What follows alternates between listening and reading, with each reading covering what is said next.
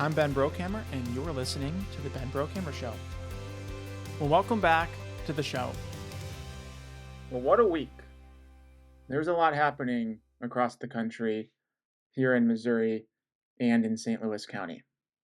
I'm going to be focusing on a handful of items: the redistricting in Missouri, some special election results, and some votes within St. Louis County. I'm also going to be talking about New York City and Virginia and Chicago. For a program that's focused on St. Louis politics and St. Louis issues, you might be wondering, why talk about New York City, Virginia, and Chicago? Well, New York City, controlled by Democrats, they just elected the next mayor of the city, a socialist. Virginia, Democrats just elected the next governor, lieutenant governor, and attorney general. Democrats control the city of Chicago, pushing significant tax proposals that'll increase taxes on businesses and residents. The state of Illinois moving billions of dollars of state money to the city of Chicago to bail out the CTA. Well, this is the same Democratic Party that controls the city of St. Louis. This is the same Democratic Party that controls the executive branch of St. Louis County, with County Executive Sam Page. And this is the same Democratic Party that holds the majority of seats on the St. Louis County Council. And so while isolated geographically right now, the platform is the same, the ideas are the same, the party is the same. And there's nothing to say that what's happening in New York City, Virginia, and Chicago can't happen here. This show is about the facts. It's about presenting them in an unfiltered, unaltered, and unintimidated way, allowing you to form your own opinions. But this is what's happening around us. And it's important to remember elections have consequences. Voice and votes, they matter. And so with that, let's get into it. I'm going to be starting off this episode talking about redistricting in Missouri. For those who either heard or have not heard, on September 28th, Governor Kehoe, he signed House Bill 1 into law. It's called the Missouri First Map. It redraws district lines, impacting primarily the 5th Congressional District, which is in the Kansas City area, likely to flip this seat from Democrat to Republican in the next election cycle. That leaves only 1 out of 8 Missouri U.S. House seats for Democrats. That would be Missouri House District 1. That's the seat that Cori Bush wants to take back. And when you look at comparisons, for example, Cori Bush, socialist, previously endorsed by the Democratic Socialist of America. You also have a socialist who will be running the city of New York. But this redistricting effort, there is a group that wants to reverse it and put this issue on a statewide ballot. They're currently looking for signatures through a petition effort, which, if successful, would put this on the ballot. So who's this organization? Who is behind this initiative? Well, it's called People Not Politicians. It's a group that, based on their own website, believes Missouri voters should have the final say, believes that Missouri voters and the representation they have should focus on families and communities, not advancing a specific political partisan agenda. But then it starts to get partisan. The website claims that Republicans want to rig the 2026 election, that politicians and lobbyists in DC shouldn't be playing a part in any of this. In fact, their donate page is hosted by ActBlue. KMBC News out of the Kansas City area, they reported some campaign finance items that came to light. It shows the organization raised more than $1.4 million in the last quarter. And out of that, in the last 3 months, 3 organizations, 3 groups, have contributed $1.25 million to People Not Politicians. These 3 groups are from Washington, D.C. So for an organization that doesn't believe that politicians and lobbyists in Washington, D.C. should be playing any part in this issue, they're getting over $1 million of funds from these organizations that they don't want to be a part of this effort. Very contradictory. Global Social Welfare Fund, the American Opportunity Action, they each gave $500,000, and Brick by Brick Foundation gave $250,000. What's more is who is gathering these signatures on the petitions? Are they at least from Missouri? Well, they're not. They bring them in from out of state as well.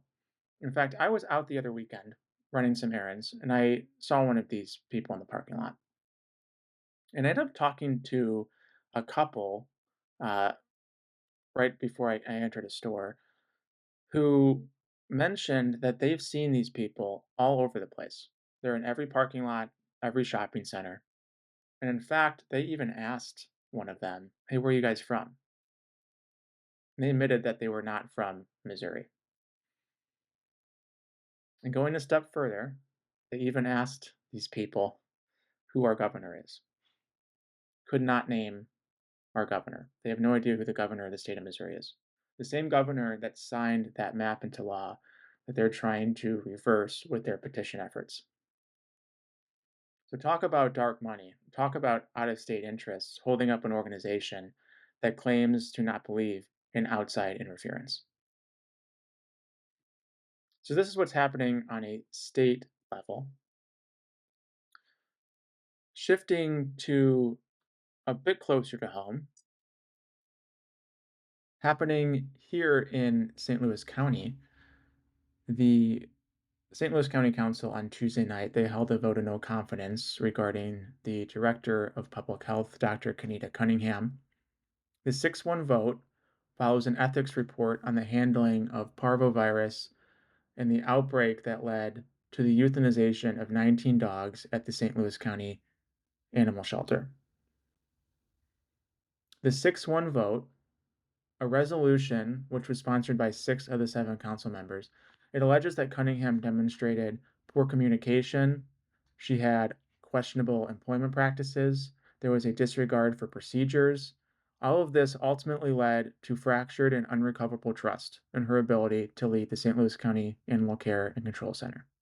In this vote, it ended a period of intense scrutiny, of which 13 hours of testimony before the county council's ethics committee.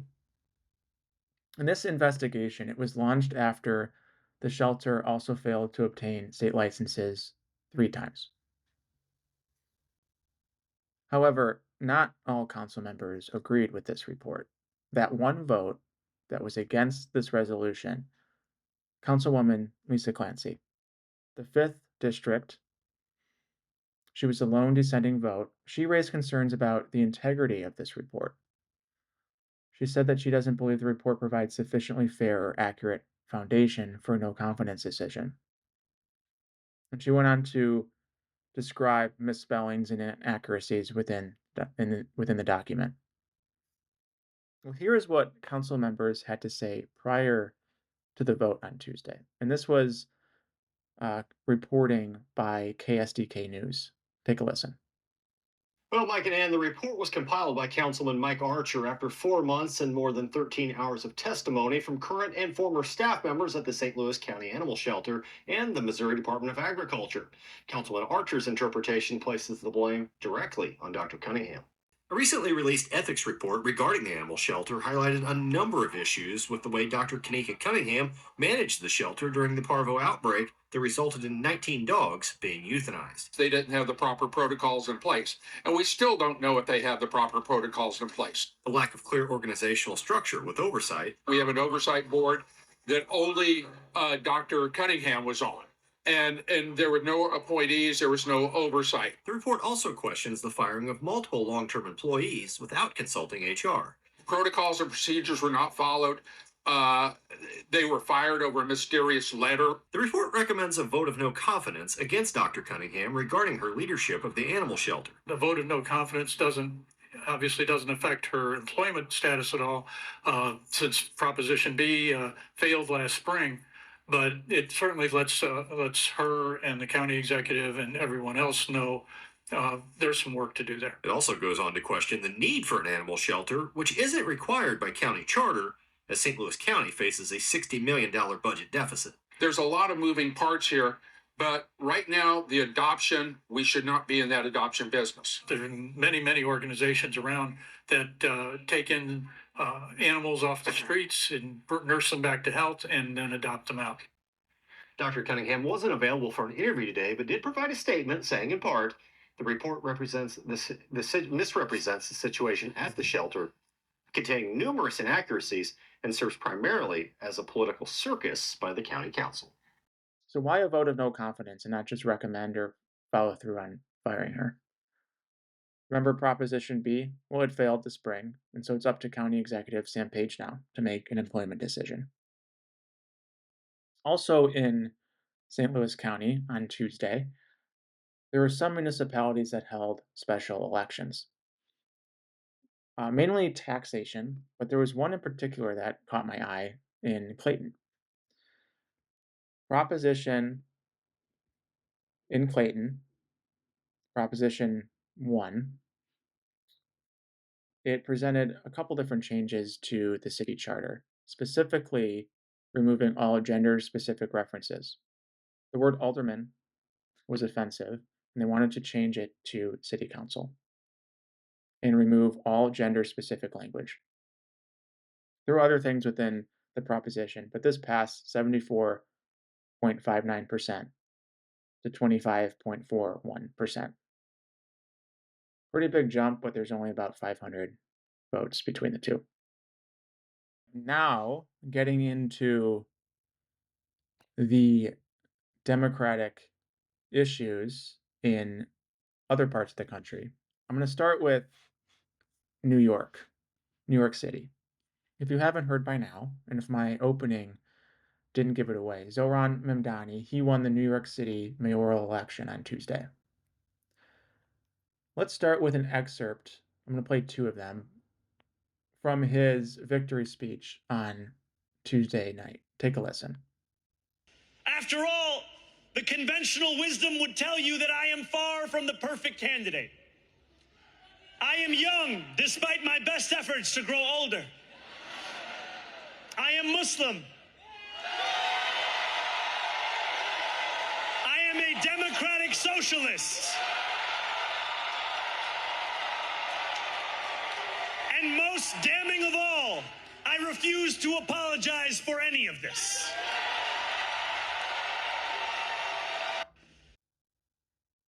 And this second excerpt makes a quite interesting quote. Take a listen.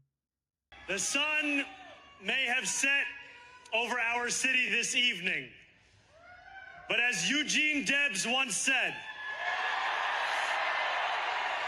I can see the dawn of a better day for humanity. Eugene Debs, in case you aren't familiar, he was an American socialist from the late 1800s, early 1900s. Well, outgoing Mayor Eric Adams, he had a lot to say on Election Day.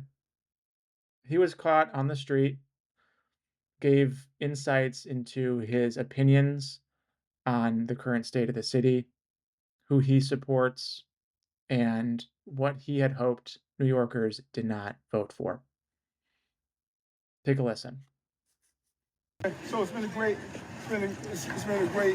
4 years, and no matter my vote is clearly for Governor Cuomo. We can't go backwards. We can't legalize prostitution. We can't tax people based on their ethnicity. We can't defund our police department. We cannot go after small businesses. And, hey, this city is not a socialist city. This is in capitalism where you come here as a dishwasher and one day you can become the mayor if you work hard enough. And we can't lie to New Yorkers and act like we're going to freeze their rent, and then NYCHA residents going to learn that you can't freeze their rent. You can't freeze the rent of Mitchell Lammers. You can't freeze the rent of market rate. And we have to move forward. And we can't allow not only the lack of experience, that's the least of our concerns. The most important part of it is that we can't hurt the city. We cannot go backwards. And so whomever is the mayor, it needs to continue the legacy and the success, public safety, housing, you name it, we did it. and whoever's the mayor need to continue to do that. And so the only message I can give to New York is, as I go to the next leg of my journey, I'm leaving you a good city. Don't it up. Well, socialism, it doesn't work. Look at any country that has tried it. But Zoran wants it. He wants it everywhere. And while this is happening in New York today, it can easily spread to other parts of the country.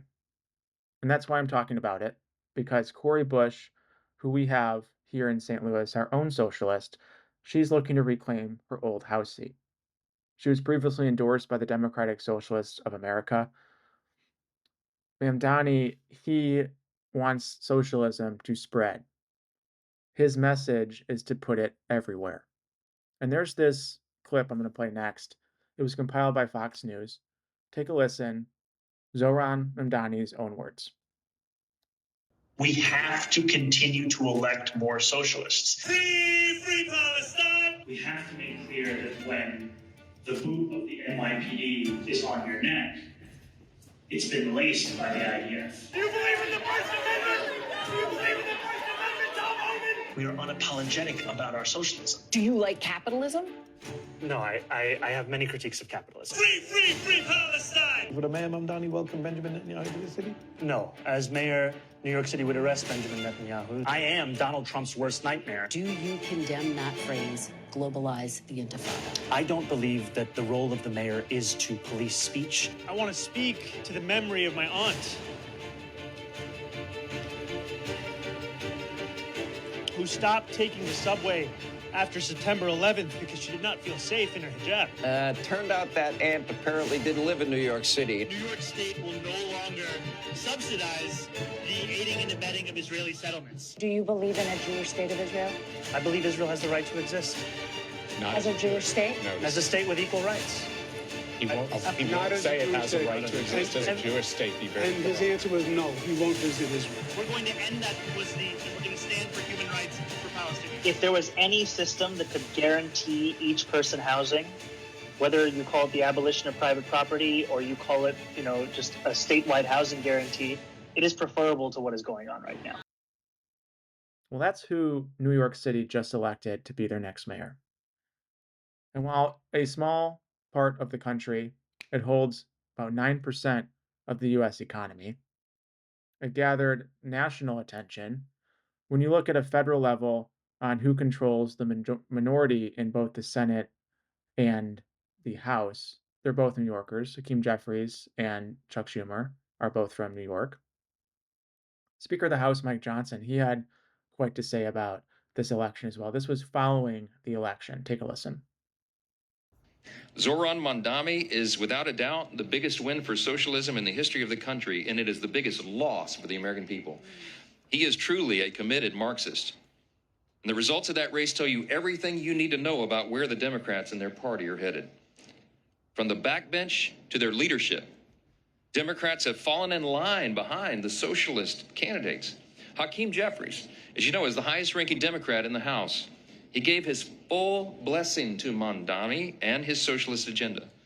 Chuck Schumer, the highest-ranking Democrat in the Senate and the highest-ranking Jewish leader in America, flirted with endorsing Mamdani all the way to the bitter end. Never mind the fact that Zoran has embraced anti-Semitic rhetoric and promised to arrest the Prime Minister of Israel if he visits New York City again.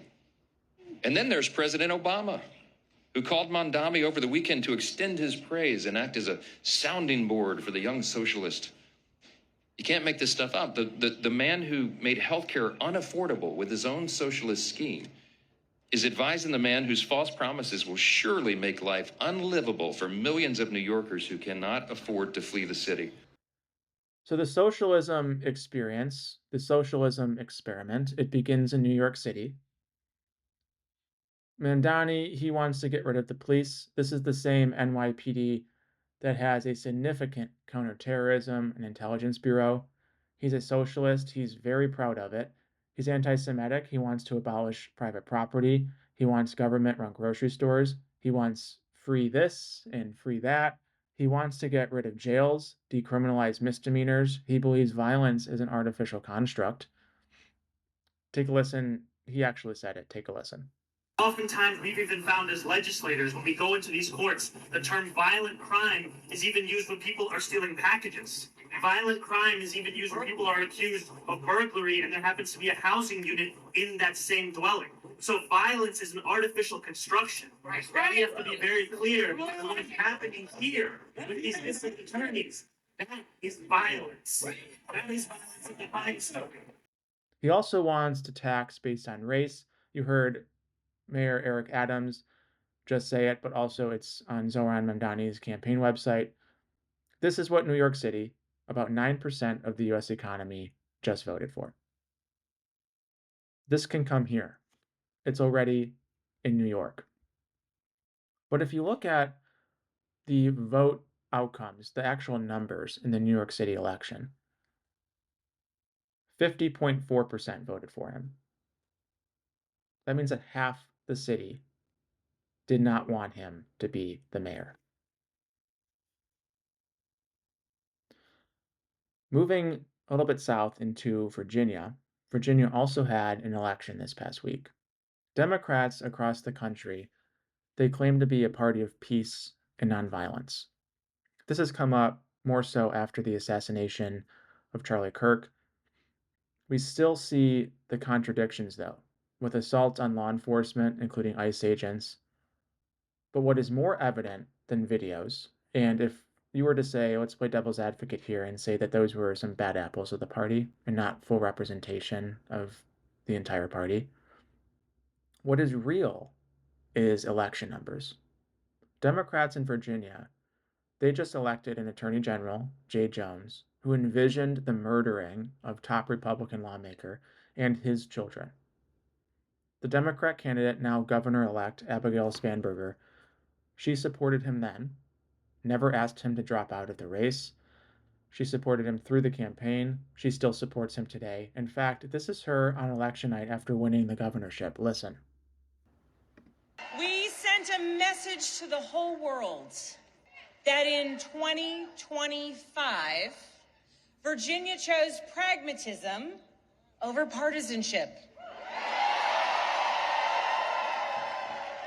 We chose our Commonwealth over chaos.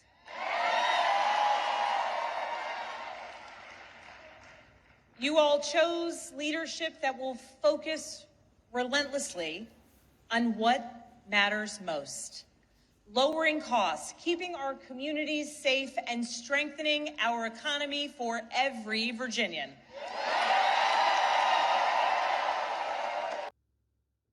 Every Virginian? Well, the AG-elect, he doesn't like Republicans. In fact, he wants them dead. Just read his own text messages. This, again, is an example of what's happening. You have the top prosecutor in the state of Virginia with extreme violent viewpoints. This is the Democratic Party in Virginia. This is the Democratic Party that we have in this country. Moving a bit more west, back to our part of the country, Illinois, you can see the state from the city of St. Louis, just across the river.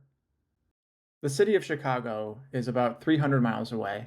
Illinois state lawmakers, in the middle of the night, after a successful 2 a.m. House vote and a 4 a.m. Senate vote, lawmakers in Illinois, they settled on a tax package to avoid a $200 million plus deficit next year that may result in major cuts to bus and rail service.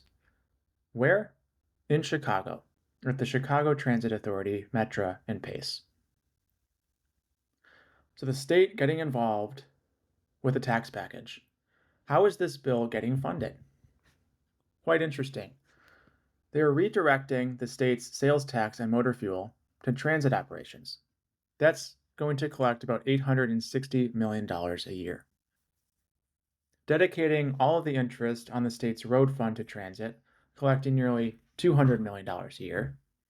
Authorizing the Regional Transit Authority to increase its Chicago area sales tax by 0.25%, and increasing tolls by 45 cents per passenger car and 30% for other vehicles, which will raise about $1 billion for the Illinois tollway.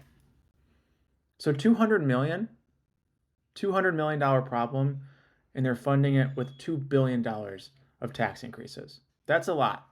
But if I told you that that was the cut, what would you say? Transit agency, they recently lowered their funding gap for 2026 down to $200 million from an estimated $700 million, thanks to a new online sales tax revenue and an expected 10% fare increase in February. Transit agencies, they say the budget deficit it would raise to nearly $800 million in 2027 if they didn't receive more funding from the state. Happening in Chicago specifically, within the borders of Chicago, if putting $2 billion of taxes from the state wasn't enough, Chicago Mayor Brandon Johnson, his 2026 budget, it includes a new employer head tax, a new tax on social media companies, and an increase in the cloud tax, among many other proposed tax increases. So what is a head tax? Well, it's also known as the community safety surcharge. It would be levied at a rate of $21 per employee per month. That's $252 per year per employee on employers with 100 or more full-time employees who perform at least half their work in the city of Chicago. So from a bottom line perspective, what does that mean? Well, a business with 100 qualifying employees, that would raise their tax liability by $25,200. And that's on top of all other local, state, and federal taxes. A company with 1,000 affected employees would face a $250,000 annual local tax increase, again on top of any other local, state, or federal taxes. The social media tax? This tax would be imposed at a rate of 50 cents per active social media user on over 100,000 in Chicago. This could easily increase some companies' local tax liabilities by millions of dollars per year. Think of every LinkedIn user, every Facebook user, every TikTok user, Instagram user, Snapchat user. Doesn't matter where those companies are headquartered, if their user is within the city limits, they're taxed. The mayor's budget also proposes an increase of a cloud tax from 11 to 14% to raise roughly $333 million in new revenue. Currently, Chicago imposes its personal property lease transaction tax on the lease, rental, or use of any computer software and cloud infrastructure. This is tax paid by businesses and individuals who purchase paid subscriptions to various cloud and software services, think AI, cloud storage, etc. And so back to the connection to St. Louis. You have significant tax increases being pushed in the city of Chicago. You have a socialist that is elected mayor of New York City. You have Democrats in Virginia who do not care about violence in politics. And that same Democratic Party is the same one that controls the city of St. Louis, the executive branch of St. Louis County, and the majority of the St. Louis County Council, among other nonpartisan local municipal governments. This is the same Democratic Party, this is the same platform, and while the degree to which each individual within each office might sit, the ideas, the platform, it's all the same. And so this is what we're looking at. This is what's happening across the country. In parts of the country, a theme of the left, it could end up here. We have Democrats in charge. These ideas aren't isolated, and they're today's Democratic Party. One that votes for violence, hates the police, lies for votes, wants to tax its citizens until there is literally nothing left. They can't balance a budget, they're anti-business, and they strive to have government control literally every aspect of your life. Education, retirement, your ability to buy groceries, travel to work. What we just went through in this episode and what we've just seen this week with elections in New York and Virginia and what's happening in Illinois. This is what's happening in Missouri, St. Louis City, in St. Louis County. I've said since the start of this program, episode 1, elections matter. Our voice, your vote, all matters, regardless of where you sit on the political spectrum. So vote, stand up for your future, participate in our democracy, and fight for what you believe in. If you don't like what's happening in politics in these parts of the country, and if you don't want it here in St. Louis, it might be hard, it might be uncomfortable and uneasy, but standing up for yourself, your values, your future, your children's future, what you believe in, standing up for your country, it's a heck of a lot easier than having to deal with the consequences of otherwise not participating. So those are the facts. This is the Ben Brokamer Show. Until next time, thanks for listening.